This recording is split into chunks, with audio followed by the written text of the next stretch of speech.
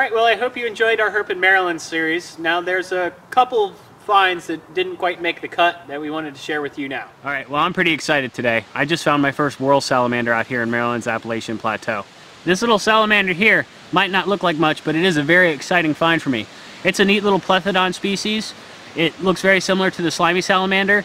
However, it does not have a lot of like fine white spots that the northern slimy salamander has. It has some like flecking, kind of whitish yellowish spots on the top. More whitish yellowish spots running horizontally straight down the side, and it also has webbed feet on its hind feet. It's a really cool little salamander. They usually come out at night to forage on insects, and I did find this guy under a rock, so I don't want to keep him out from under his moist hide for too long.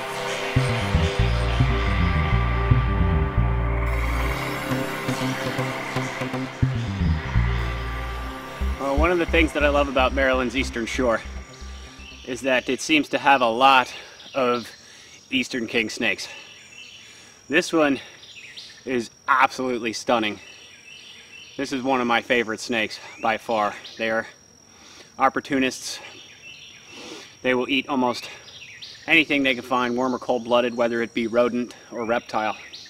I absolutely cannot believe this. I'm at one of the spots that I like to frequent every year on the Eastern Shore. I just found 2 more king snakes. This is amazing. These two I actually flipped. These two are both in shed, unlike the one I just was previously holding.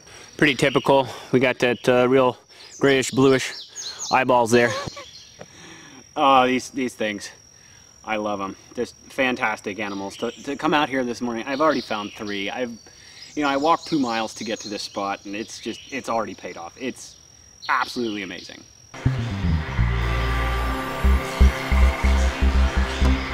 Alright, now I had a pretty successful trip over to Eastern Shore where I found quite a few Eastern Kingsnakes. Matt and Siobhan also had a pretty successful trip over there as well. We did find a lot of interesting things that we'd like to share with you. This little frog here I have in my hand is a Carpenter frog. Now they're fairly rare here in Maryland. They're only found on the Eastern Shore. Now they get their name from their call, which sounds like a carpenter hammering on some wood. Now what's actually pretty interesting about these guys is the mature males, they will actually force the smaller immature frogs out of the breeding ponds. Now that doesn't seem like a good tactic if you want to keep your species going. That's one of the reasons why they're pretty rare here in Maryland. So, well, he's gone and we got a big storm coming in, so we're going to get moving. In my hands I have a Narrowmouthed Toad, which is a type of small terrestrial frog. And even though they're common in the south, here in Maryland they're really cool to find because we sit at the most northern extent of their range. They prefer swampy habitats, so they mostly can be found on the Eastern Shore and in southern Maryland. It's now midsummer out here in the Eastern Shore, and we just came across something pretty rare here in Maryland. It's the barking tree frog.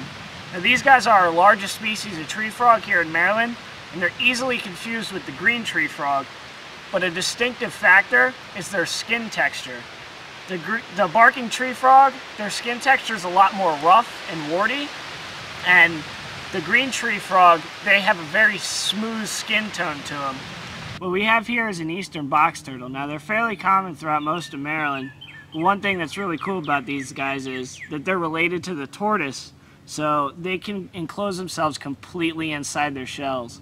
And normally they're a little bit more timid than this, so I'm going to see if I can get them to go ahead and close all the way. Just don't bite me. Close.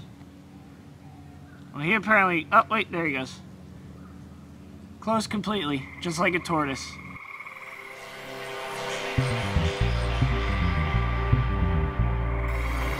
Even though the Mara project is over, there's still lots of reptiles we'd like to find, such as the Maryland state reptile, the Eastern Diamondback terrapin. And just because that project is over doesn't mean our herping adventures end here. So be sure to stay tuned for more episodes at CamoChairProductions.com, and don't forget to follow us on Facebook and on YouTube at Sharing the Outdoors.